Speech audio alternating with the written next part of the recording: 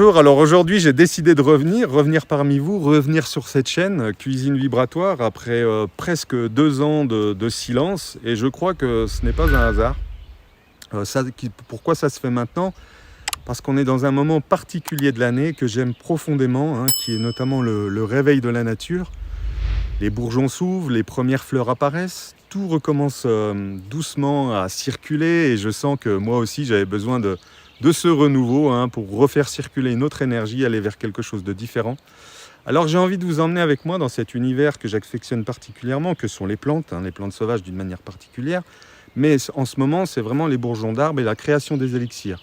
Ce que j'aime profondément avec les bourgeons, c'est qu'ils peuvent s'intégrer de manière vraiment très très simple dans notre quotidien, dans une approche à la fois préventive mais aussi de soutien du corps au fil des saisons.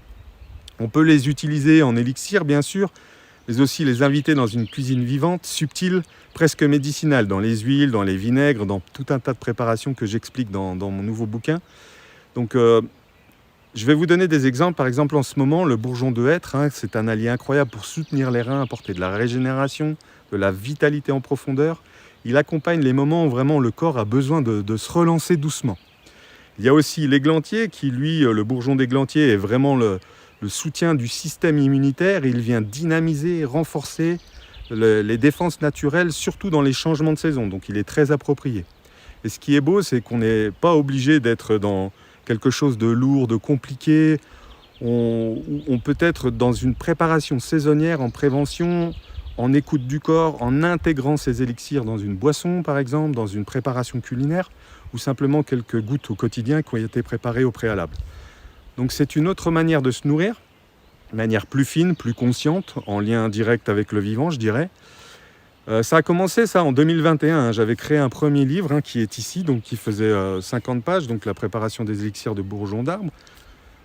Il a évolué aujourd'hui, il est passé de 50 à 84 pages sur la nouvelle édition, donc il est enrichi de tout ce que j'ai appris, affiné, expérimenté depuis. C'est un support qui est à la base et qui fait partie d'une formation complète que moi je donne en fait dans cette compréhension. Mais aujourd'hui, j'ai ressenti l'élan de vous le rendre accessible tel quel, sans forcément suivre la formation. Et justement, il est réactualisé dans ce sens. Donc jeudi prochain, il y a les nouvelles impressions qui arrivent. Vous pouvez déjà le commander si vous voulez, le précommander sur cuisinevibratoire.com.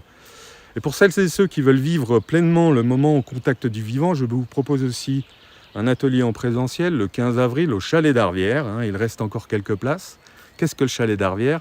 Alors, le Chalet d'Arvière se situe dans l'Ain, à environ 1 heure d'Annecy, de Genève, et 1h30 de Lyon. C'est un lieu en pleine nature.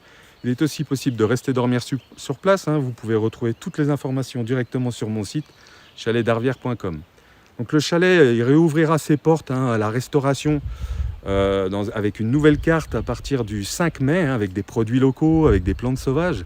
Donc si vous ressentez aussi cet appel, celui de ralentir, de vous reconnecter, de recréer avec le vivant, alors vous pouvez me retrouver sur les différents sites que je viens de vous indiquer.